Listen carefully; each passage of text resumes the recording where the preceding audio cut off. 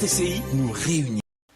Ils ont tort parce que ça ne peut pas être un argument solide dans la mesure où, comme vous venez de le rappeler, cette constitution a été adoptée d'une manière consensuelle et tout le monde sait et se souvient de cette belle journée du 26 au 27. En fait, c'était une nuit de passage entre le 26 et le 27 janvier où la constitution a été votée par 200 voix sur 216. C'était presque un plébiscite. Et pour conforter encore cette image, aujourd'hui, quelle que soit la personne à laquelle vous allez vous adresser, de quelque sensibilité politique qu'elle soit, elle va vous dire très très simplement, la Constitution est la mienne.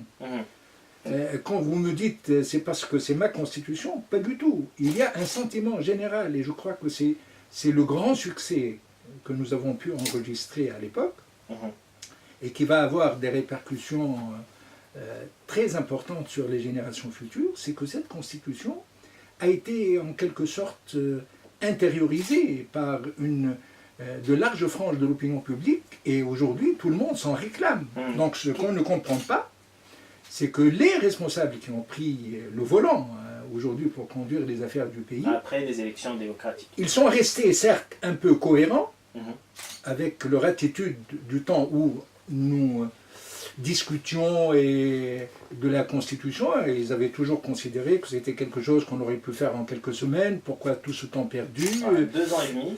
Mais maintenant, la Constitution, c'est tout de même le socle de notre nouvelle démocratie. C'est sur cette Constitution, qui aujourd'hui est saluée un peu partout dans le monde, que nous allons construire la Tunisie nouvelle.